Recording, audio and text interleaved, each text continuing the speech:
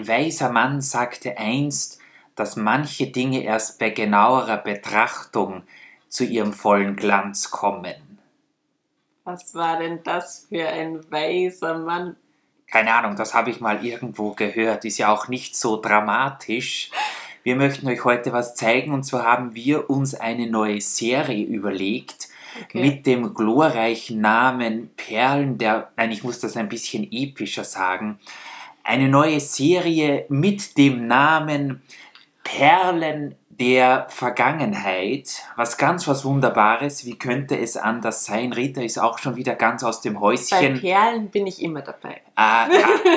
Es geht aber diesmal nicht um normale Perlen, sondern um Lego-Steine. Und zwar schauen wir uns alte, vergangene Lego-Serien an. Wir durchforsten die Annalen und alte Kataloge und Bricklink und so weiter. Und zum Beispiel haben wir uns heute für die Sendung Nummer 1 die Jack Stone-Serie rausgesucht, welche viele von euch kennen werden. Die ja nicht so wahnsinnig beliebt war. Ja, die meisten von euch und auch Rita mag sie nicht besonders. Wir haben jetzt mal ein Set probehalber aufgebaut, aber man muss ja immer auch eine andere Sichtweise mit einbeziehen. Man darf nicht immer alles nur von heute aus sehen, sondern wir versuchen auf jeden Fall in dieser Serie ein bisschen was Geschichtliches mit einzubringen, die Umstände, unter denen die Serien erschienen sind und auch ganz nette Details. Also wir hoffen, ihr habt Spaß. Ich würde mal sagen, wenn ihr andere Perlen habt, die wirkliche Perlen sind und die wir vielleicht vorstellen sollen, schreibt es vielleicht in die Kommentare. Ja, macht das, wenn ihr wollt. Wir beginnen jetzt mal mit Jack Stone. Viel Spaß dabei. Und ja, lasst es uns wissen, was ihr von Jack Stone haltet oder besser gesagt vielleicht in eurer Kindheit gehalten habt. Genau. Was gut und was schlecht war eurer Meinung nach. Und natürlich, wie Rita richtig gesagt hat, wir haben gerne Ideen für neue Folgen.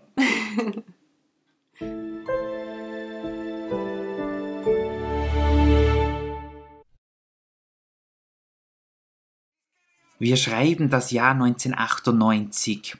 Generationen von Kindern sind mit Legosteinen groß geworden und es gibt fast kein Kinderzimmer, in dem keine Bausteine des dänischen Spielwarenherstellers vertreten sind. Doch die Zeiten haben sich während der 1990er Jahre geändert und Lego steckt in einer Krise. Als einfachsten Grund dafür könnte man nennen, dass neue Technologien wie Gameboy, Internet und Pokémon die Kids mehr fesseln als ödes Bausteinstapeln. Das Problem war jedoch weit vielschichtiger und einer der Hauptgründe für den Verlust von Marktanteilen war, dass Lego seine Grundprinzipien immer mehr über den Haufen warf. Zu Beginn des Jahrzehnts sah man im Lego-Katalog noch klassische Serien wie etwa Ritterburgen, Eisenbahnen oder Piraten, doch Lego versuchte neue Wege zu gehen, um seine Fans zu begeistern. Von Mattel schaute man sich die Barbie ab und kreierte die eigene Serie Scala, mit der der heiß umkämpfte Spielwarenmarkt für Mädchen aufgewischt werden sollte. Aus dieser Serie stammen einige ganz seltsame Lego-Teile.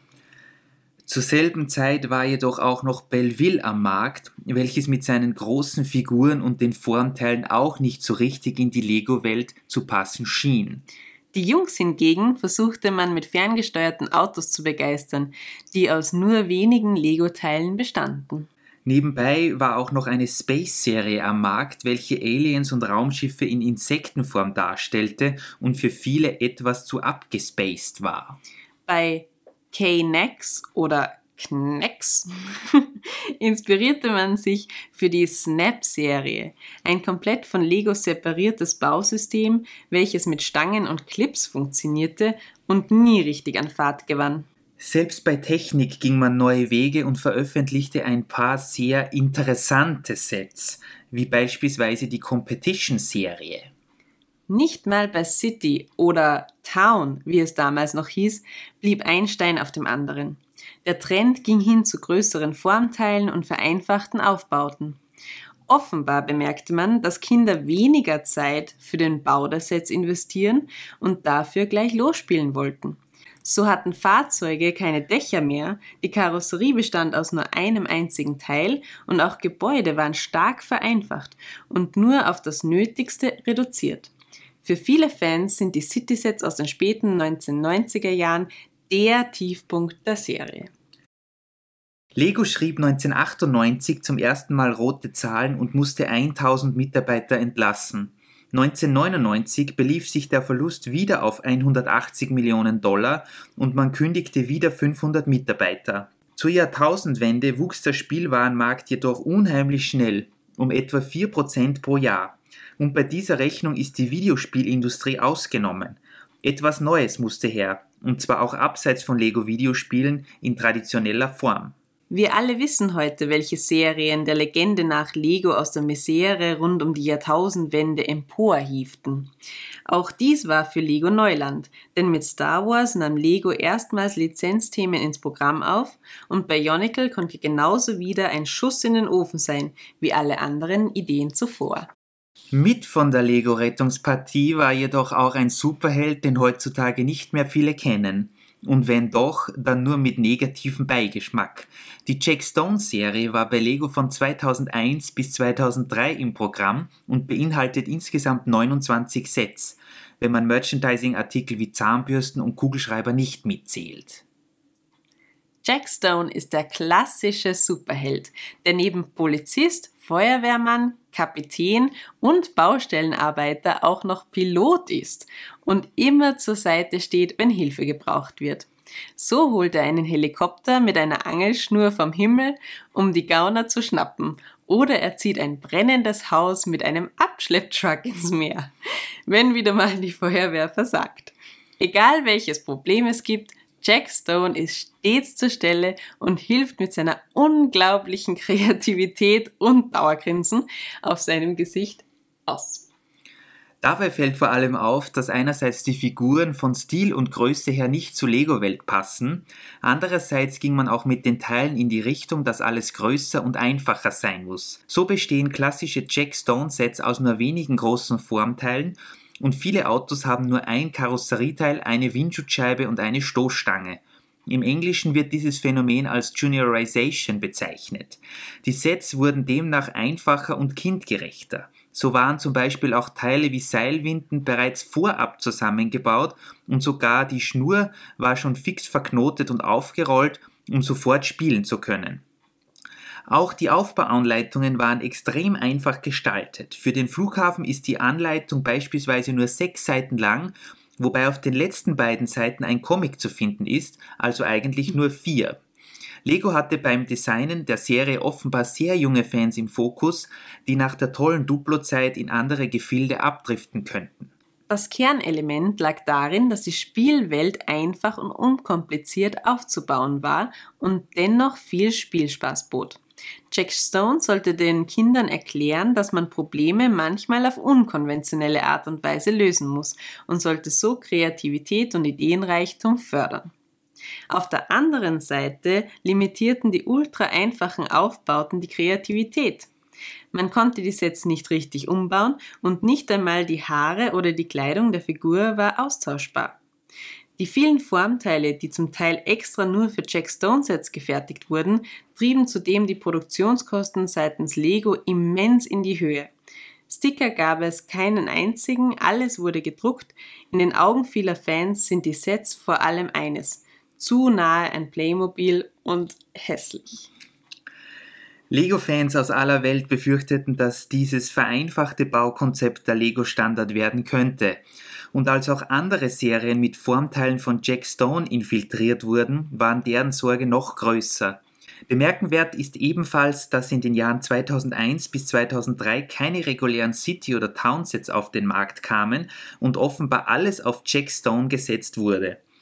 Zur Freude vieler folgte im Jahr 2003 World City, eine Serie, mit der sich Lego auf vergangene Prinzipien stützte und die sehr tolle Sets hervorbrachte.